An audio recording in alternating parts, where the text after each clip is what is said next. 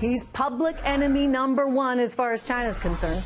The man who identified and articulated, perhaps before anyone else in the financial and policy circles, the looming threat posed to us, the United States of America, by the Chinese, Mr. Steve Bannon. Steve Bannon, the chief executive of Donald Trump's 2016 campaign, and later the chief strategist to the president, has pounded China for its predatory economic policies he believes that must be corrected. Well, now, China is launching its own attack on him, with Chinese state TV declaring Steve Bannon is the true enemy of the United States. Here now to respond, in his first interview since China started launching all these political and personal attacks on him, Mr. Steve Bannon himself, live from Paris, France tonight. Good to have you here, Steve. Welcome. Trish, thanks for having me on tonight. And I appreciate you staying up late, because I know it's pretty late, like 2 a.m. over there in France. I do want to get to one of the reasons why you're there, which is the elections.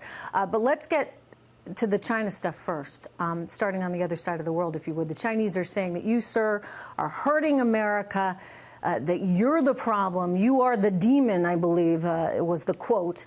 How do you respond to that? Well, I think it's interesting, you know, both CCTV, which is the BBC of China, and also the Global Times, which is their tabloid of the People's Daily, which they use to attack. I think this is the first time, I think in living memory, they've ever gone after a private citizen. It shows you how nervous they are. They understand that President Trump it fully gets the economic war that they've been running on the industrial democracies, particularly the United States, for 20 years. And they're in absolute shock that Donald Trump stood up to him and said, hey, I'm not going to sign some trade deal which we don't have you commit to start to restructure your economy to fit into the world's economy and really stop this economic war, both on technology front and on the forced technology transfers and the subsidies of state-owned industries, all of it. Trump's deal with Bob Lighthizer was a very well thought-through strategic deal. They're in panic. Remember, the reason Donald Trump is president, Trish, and you see him up in Pennsylvania tonight, is that the working people in the country, the deplorables, understood that the elites in our country were having managed decline. You can see that here in Western Europe. You certainly see it in the United States, and they rejected that. The Chinese drafted off that for 20 years. And in fact, Wall Street, the City of London, the corporatists, they all made a ton of money shipping the jobs, the high value-added jobs, over to China. They were not prepared to have a guy like Donald Trump say, hey, we're not doing this deal. We're going to get down to it, and actually you're going to have to commit to stop the cheating. You're going to have to commit to stop the theft. You're going to have to commit to act like a good global citizen.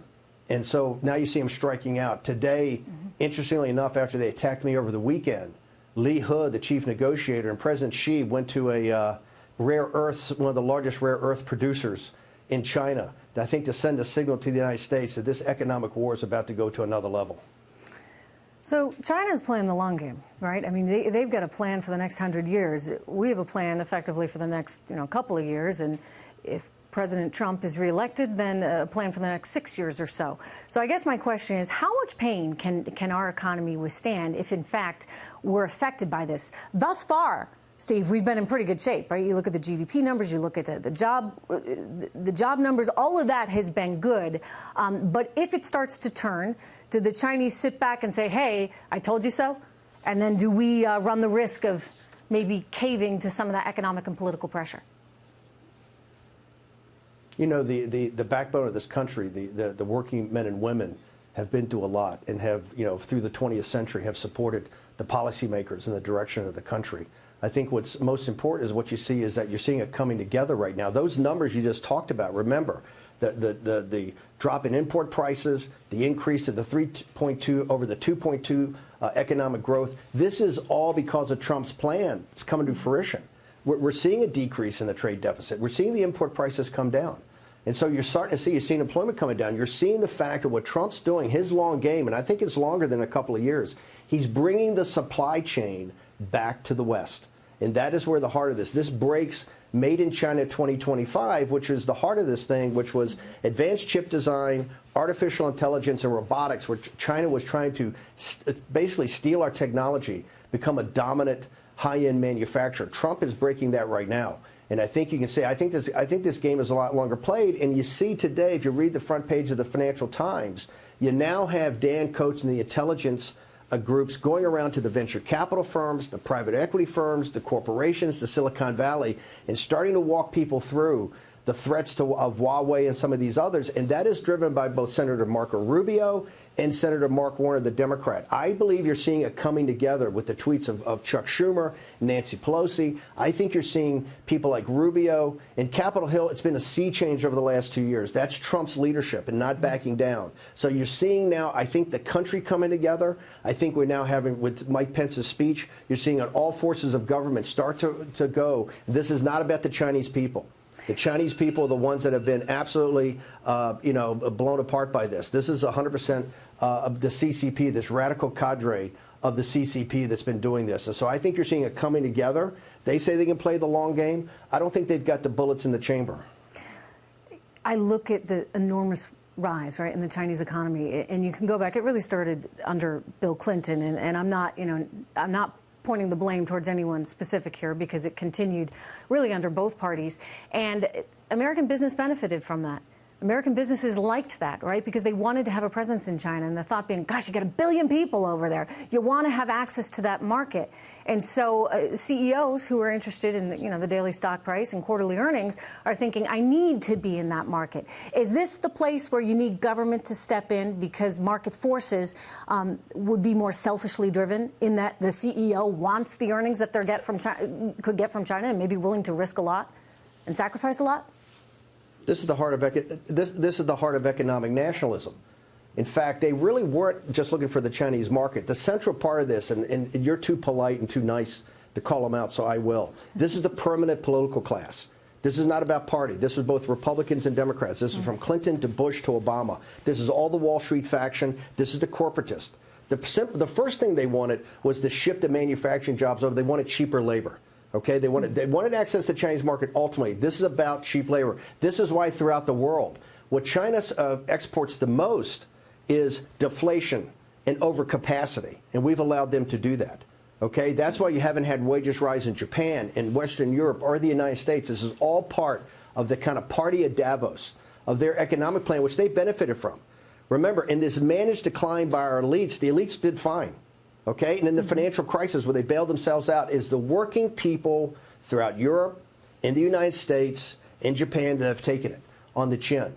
And this was a well thought through business model, and it worked for people. They were never called out. They were never called out until Donald Trump won the 2016 campaign in the upper Midwest with Reagan Democrats, low propensity voters, and the deplorables. Those are the people that had his back, and they know the jobs left, the opioids came in. And it was destroying the heart of this country. This is what this is about. And this is why Trump has showed such political courage in doing this. And the pressure on him has been tremendous. There's been more pressure from the Republicans, the free traders. And here's the insanity of it. China is a totalitarian, surveillance, mercantilist business model. State capitalism with big government. It's not a free trader at all. You can't get in there, right? And this, we've had this free trade mentality and this happy talk for years. The other thing is, look at all the false scare tactics Wall Street used in leading up to this. The market was going to implode. It was going to go down 2,000 points. The economy is going to implode.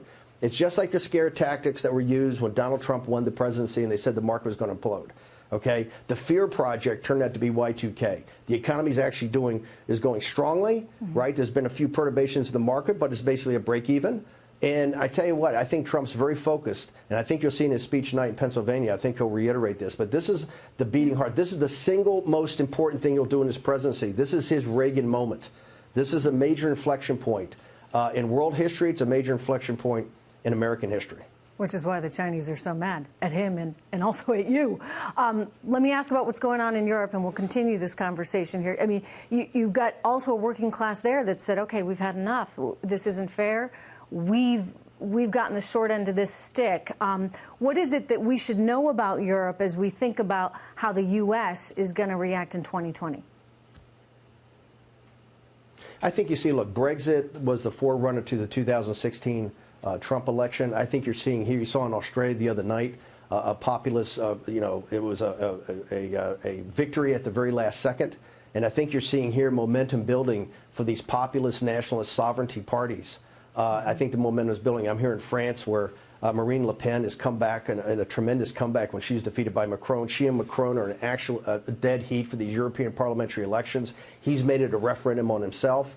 In Italy, Salvini is leading, I think, with over 30% of the vote. You've got Orban, all the populist parties, and including Nigel Farage, who has a party he just started about 5 or 6 weeks ago called Brexit, which is polling right now, Trish, higher than Labour and the Tory party combined. So you're seeing a real revolution here in Europe, and it's the exact same thing as the United States. Working class people that are tired of the central government in Brussels and what I call this party of Davos, the financial, managerial, engineering, scientific elite that have, want to call all the shots and had let this migrant issue really eviscerate the working class in Italy and France. You're seeing people fight back, and I got to tell you, next Sunday, I think we're going to have a political earthquake in Europe, just like they had a political earthquake when Donald Trump won in November 2016. Wow.